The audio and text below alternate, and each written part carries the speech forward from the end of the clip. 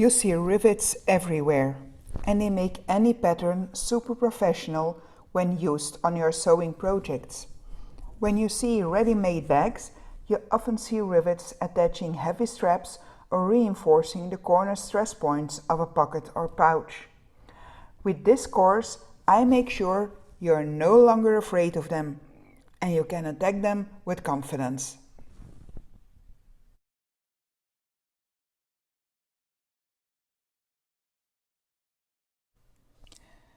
Rivets should be a staple in your sewing room. They come with a learning curve and a tool. For me, rivets are a domestic machine owner's dream.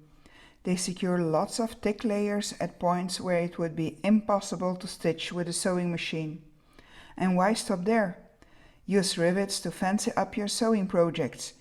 Even if you do not sew many bags and you don't want to invest in a rivet press, you can use rivets without any problem. And no, you do not need to fear that you'll need to hammer them down. I will show you 2 other ways. Rivets come in all shapes and sizes. The 2 I'm going to work with are single capped and double capped. The cap being the nice shiny dome side that you like to look at. Single-sided rivets only have 1 cap and are suitable to use where only one side is visible. For example, one side might be hidden behind the lining in your bag. For bag straps, where you see both sides of the rivet, it looks nicer to use the double cap rivets as they look equally nice from either side. I find it better to buy my rivets in bulk and to just invest in one type of rivet, the double capped variety. Even for the places where you don't see the other side of the rivet, I use double capped rivets. Since I most often use double capped rivets, those are the ones that I will demonstrate with. To understand how rivets work, it's important to know how they are built and what part of a rivet is what. It will clear up a lot of the smoke around this beautiful piece of hardware. To make your rivets look professional and work like they should, you have to choose the correct stem and cap size, and that includes the proper length and finish of the rivet. You can set rivets by hand pretty easily as long as you have the right tools and are careful. In this picture, you see the 2 measurements that are important. That's the E, the length of the step, and A, the width of your cap.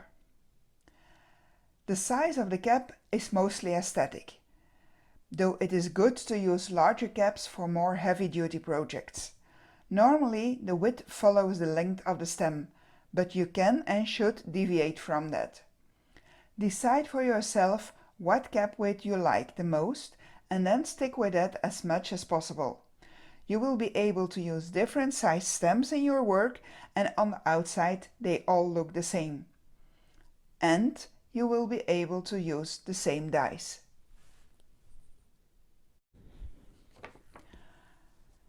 When buying rivets, you'll see they are usually advertised with 2 numbers, like 8x8 or 7x9.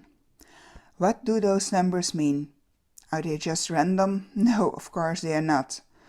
The first number is the size in millimeter of the cap. The second number is the length in millimeter of the stem. When you see small or normal in a store, then please run away. Just like you should never accept the answer, the usual. Rivets range in size, and it is the size of the stem, the long rod bit that goes through your fabric, you need to worry about. There is not really a go-to size in bag making. It all depends on what material you usually use. If you mostly use leather or mostly use cotton, then the rivet size, the stem length, will differ. That is the reason I have 5 different sizes for every finish. You need to match the length of your rivet to the thickness of your material. The rivet should be long enough to get through the material you're using with about 1/8 inch, that's a little bit more than 1 millimeter, to spare. Hold up the rivet next to all the actual layers, material interfacing foam, and press the fabric between your fingers. The stem should just barely, 1/8 of an inch, a little bit more than 1 millimeter, stick out of the fabric.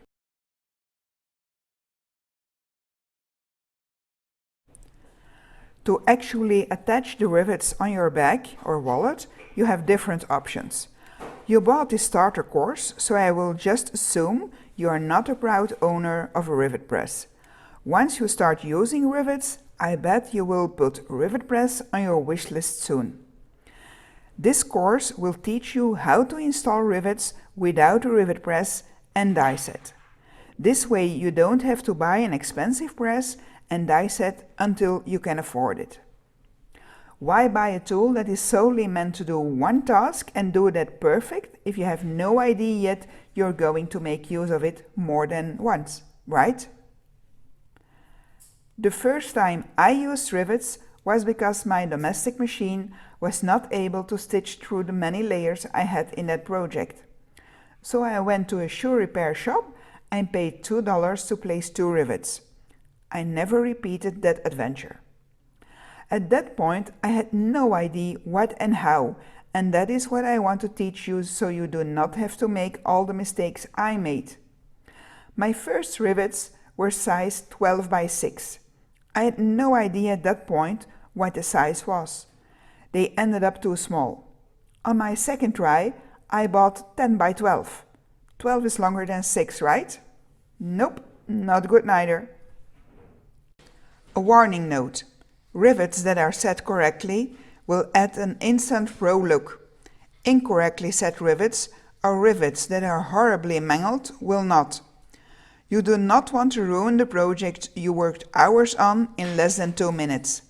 You will want to remove those rivets and just find out this does not work. Then you will start searching YouTube for tutorials to remove rivets and quickly understand that removing them is much harder than to putting them on.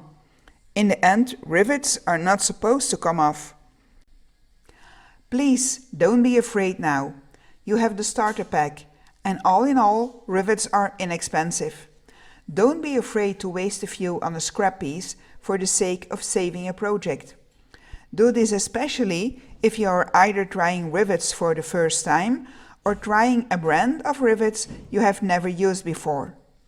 So don't try to set rivets for the first time on your new project you worked hours on to perfect.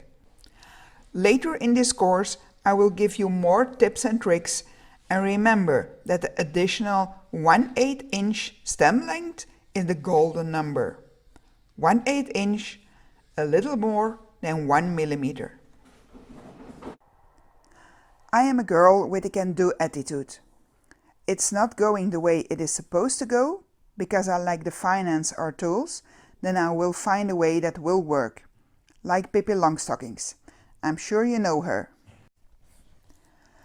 My first rivets were meant to work, to do the job my sewing machine was not able to do. Looks were a little less important at that moment. Normally, rivets are domed. With the following technique, the rivets will do the job 100%, all the time, without you having one broken rivet. The downside is that the dome will become flat. Use flat nose pliers to attach the rivets. The benefit of the flat nose pliers is that you end up with flat rivet heads. Normal pliers will leave ripples. Place a piece of fabric or fleece between your rivet head and the pliers. If you are lucky to have the pliers that come with key fob hardware, then your pliers will be protected with plastic already. If you are able to claim the pliers for your sewing room, cover the nose of the pliers with a couple of layers of duct tape, and you have an instant protection. Some stores will sell an anvil and a long metal setter that will help you in hammering down the rivet. The benefit is that the rivets will stay domed. So many accidents are waiting to happen though. To really press the rivet head and stem together, you do need force and precision, and that is a lot easier accomplished with pliers than with a hammer. By now you know the reason I've included so many sizes in the starter pack. The ideal size of a rivet stem is 1/8 inch longer than the thickness of all the layers of fabric. Unless you always use the same fabric and always have the same layers, you will need to invest in a couple of sizes.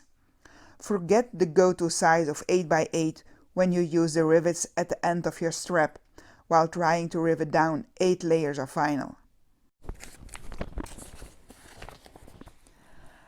So again, the 1/8 inch rule. Is your stem too short? Then it will not work. Perhaps you are able to attach the rivet visually, but please don't sell or gift that back. The rivet will come loose. Is your stem a little too long? Then you are golden. Add a piece of Peltex between the layers you try to rivet down. Is your stem way too long and you are not able to add that many layers of Peltex to compensate? Then your stem will get crooked, guaranteed.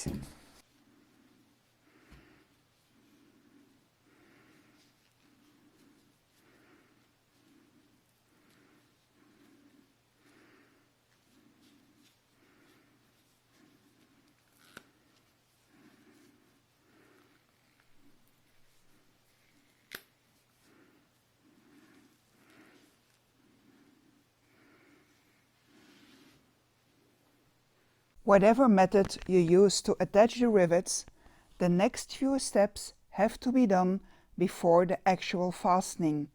And yes, this is true for a rivet press as well. You will need to make a hole to pass the stem of the rivet through your material. When using rivets solely for look, you probably are using smaller rivets with a shorter stem and smaller head. At that point, it's very important you do not damage the fabric you're using it on. Making a hole with a hole cutter is a big no at that point. Use your awl is the best method. The benefit of an awl is that you do not cut into your fabric. You do not damage the layers of thread. You do not damage the fibers. The only thing an awl does, already noticed it has a blunt point, is moving the fibers to the side and leaving a small gap, ideal for passing the stem through. I use this method when fortifying slip pockets with little rivets. I use rivets 6x5 for that particular task. You have a maximum of 4 layers. We rivet through the seam allowance in your slip pocket and 1 layer, perhaps interfaced, in your lining. This is my strap. One half of the strap I added some stiff stuff. In the other half, this is just 4 layers of micro suede. Just so you can see what those little things will make of a difference. I'm going to make a few holes in this strap, and to make sure that they are at the same distance, I'm going to measure.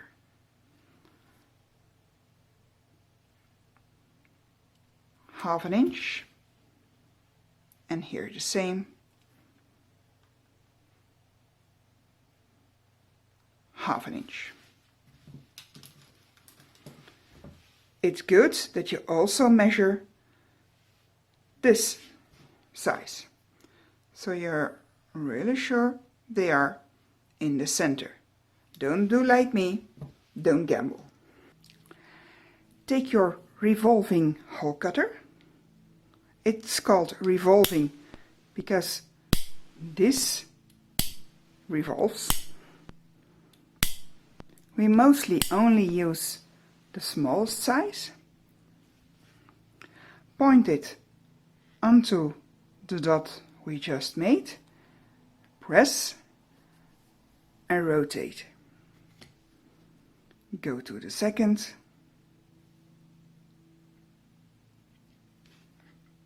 press, rotate. It's with the rotation that we are sure that we really have a hole through it. Now it's time to test our... I have 3 rivets 7 by 7, 7 by 8 and 9 by 9.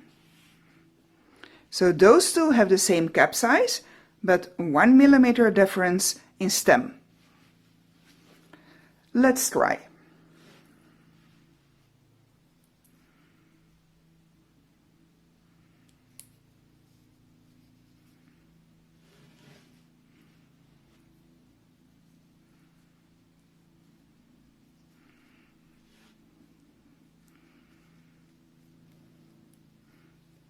So you see the same cap size and a different cap size.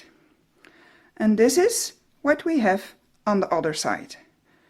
You can already see this is way too long, so we don't need this one.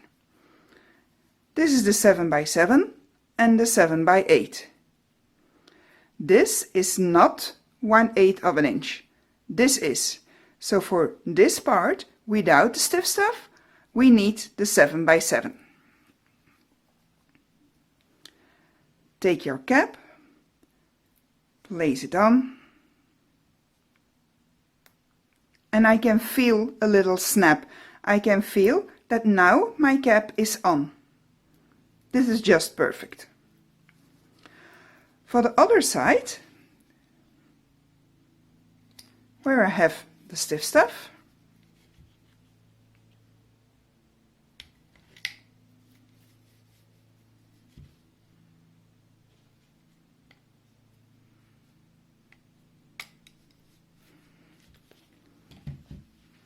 I'm gonna do the same thing.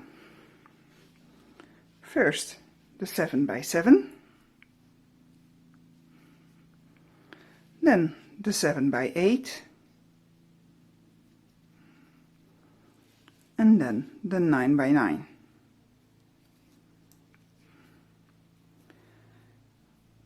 Here I can see that my 7 by 7 is too small. I can hardly see some of the stem, so 7 by 7, not good. The 7 by 8, that's about 1/8 inch. For the 9 by 9, if I would prefer larger caps, I can do something with it. This is about not 1/8, it's not 1/4, it's a little bit, yeah, 3/16. It's 2 millimeters. So ideally I should add another layer of stiff stuff in it. If I have a rivet press, this will work. If I will set the rivets by hand, this will not work. So for this side, the best size is the 7 by 8.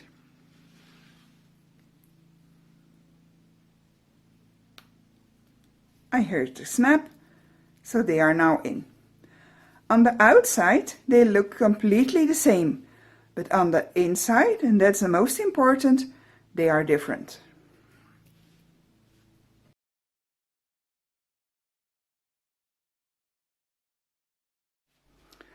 The first method to attach your rivets is using a flat nose plier and a piece of fleece. I know that my rivets will get flat, so they will not stay domed, but at least they will do their job 100% guaranteed all the time. Place your fleece on top and on the bottom. Take your flat nose pliers and press. You can see it's not really that nice, but they will do their job. So if you use them on a place where they are not that visible, this is the perfect method.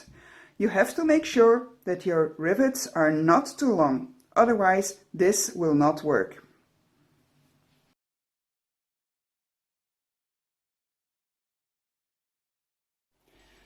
Method 2 is using your rivet setter. This is a setter, and your anvil.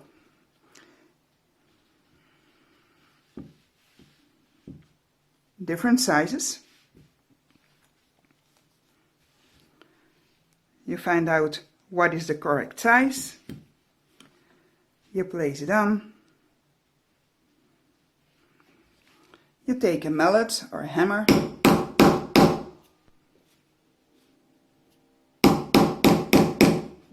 and you whack it down. I don't like this method at all. Like you could see, with hammering it's so much harder to always stay straight. The moment you do like this, then your rivet will get crooked. But it's a method and it's commonly used. If you don't have the rivet setter, or you would rather have flat-topped rivets, you can just set them on a hard flat surface with a hammer. The back of the rivet setting base, that's okay. Using a hammer does make it a bit easier to accidentally crush or mark up the top of a rivet. But if you try to hit straight on, it will usually work.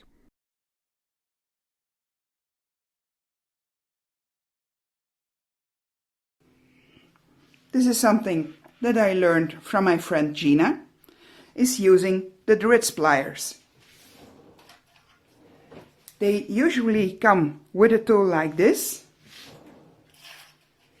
in a package full with other possibilities.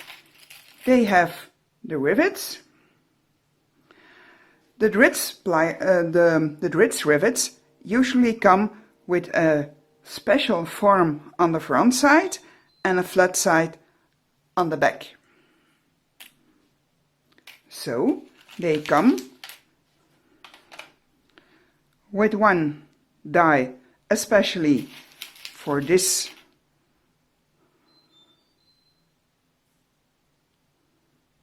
look.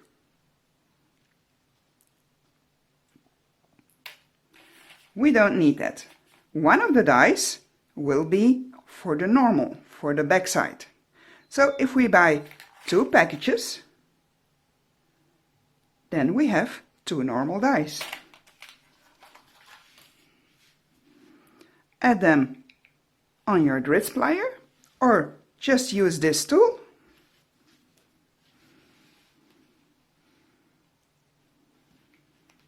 Form them around your rivet and press. And we have nicely domed rivets on both sides. So this uses the trick from method 1, namely we just press, but our rivets stay domed.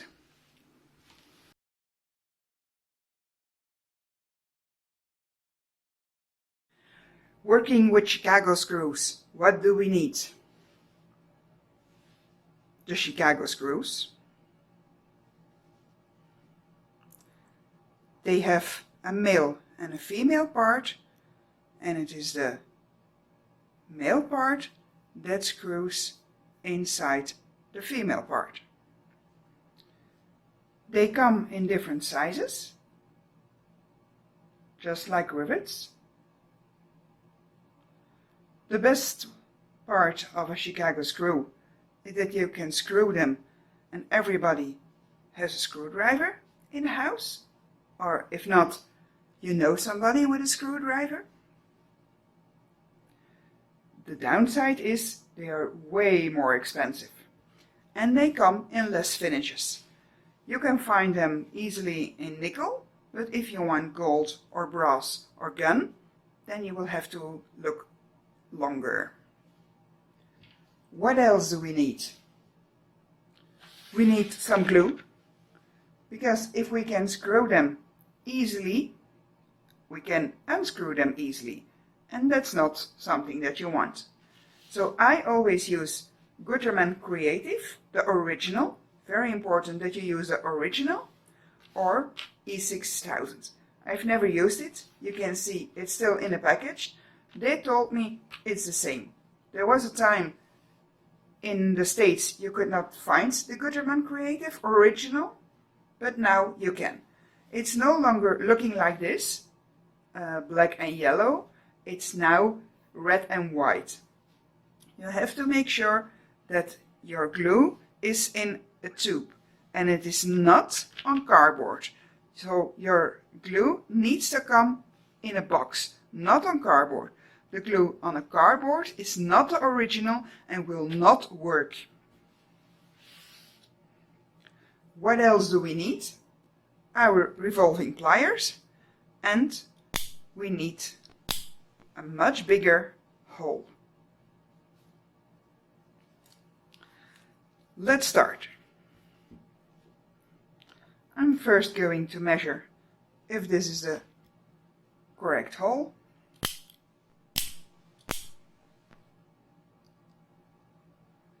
Yes. So let's use that one.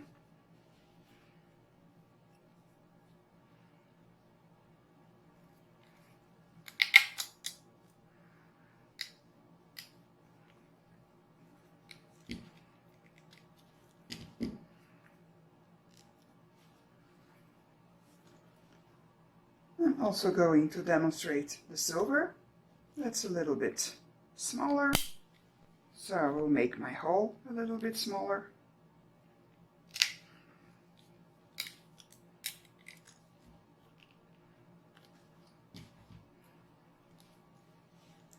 And then you will see the difference. Push your Chicago screw down. A Chicago screw has a very clear wrong side and right side. The side where you see the screw, that's the wrong side. The other side is the pretty side, so use that side on the front of your project. Before I'm going to use glue, I'm first going to see if this works.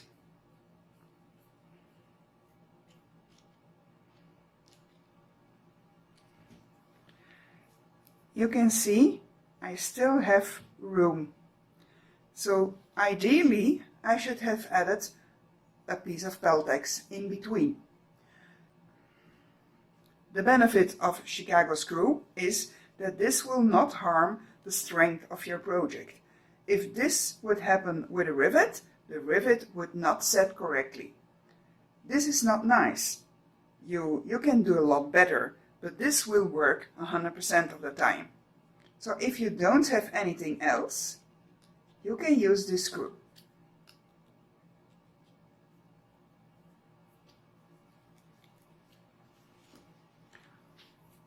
Of course, it's better to add some layers of Peltex.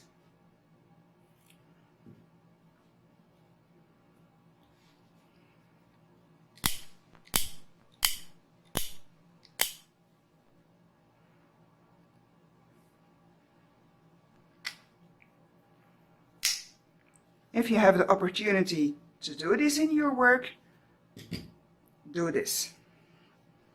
I can still put the layers in between here.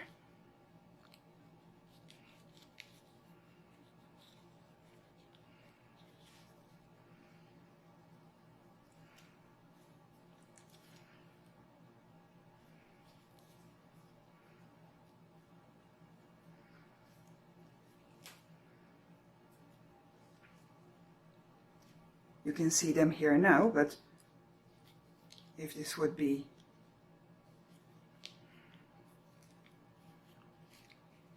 your final project, then just get them a little smaller.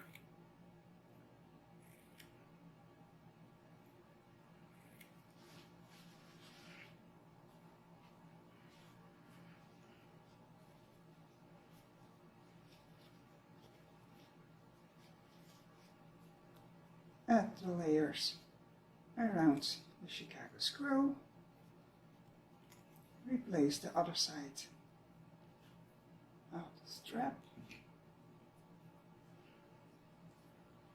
And now this will work. So now I really can use already the glue.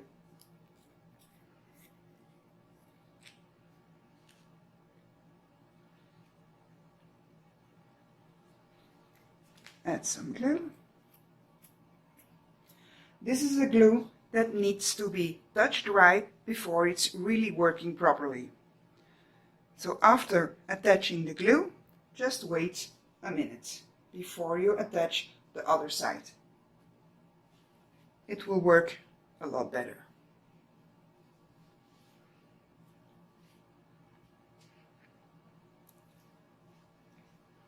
While we are waiting for the drying process, I'm going to attach the other rivet, the other Chicago screw.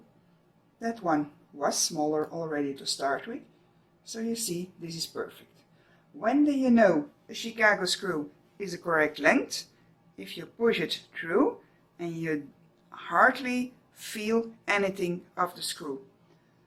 Because it's the back side that has to go completely down in the screw hole.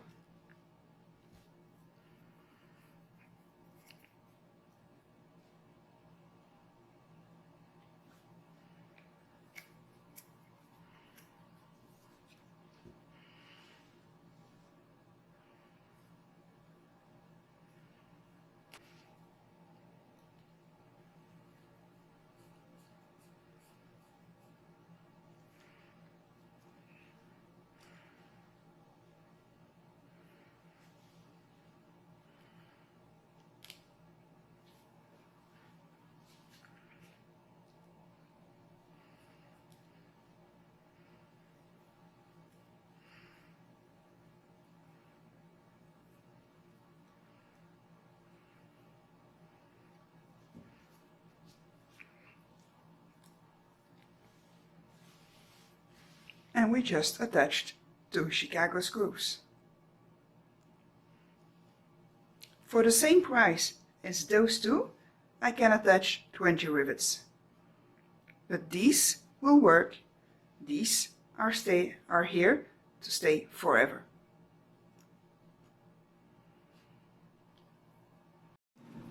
And then there is the Rolls-Royce way of setting rivets. That's using a rivet press. Why would I not advise it to buy it directly? Because it's expensive.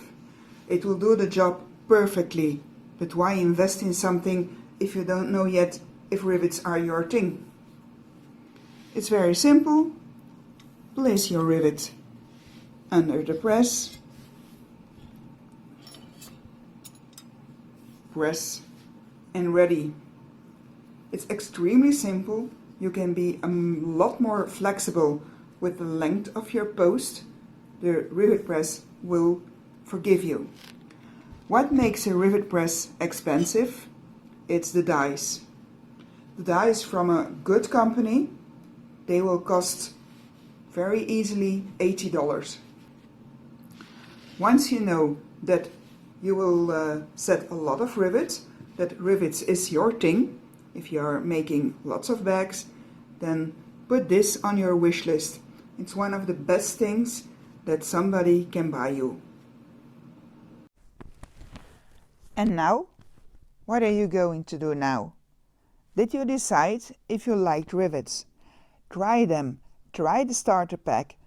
Experiment with all the rivets there. Use them. They are there for you.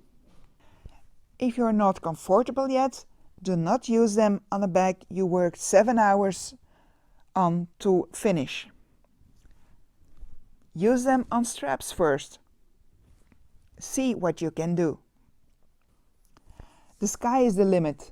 I hope you are no longer afraid of rivets and will start to use them in your future project.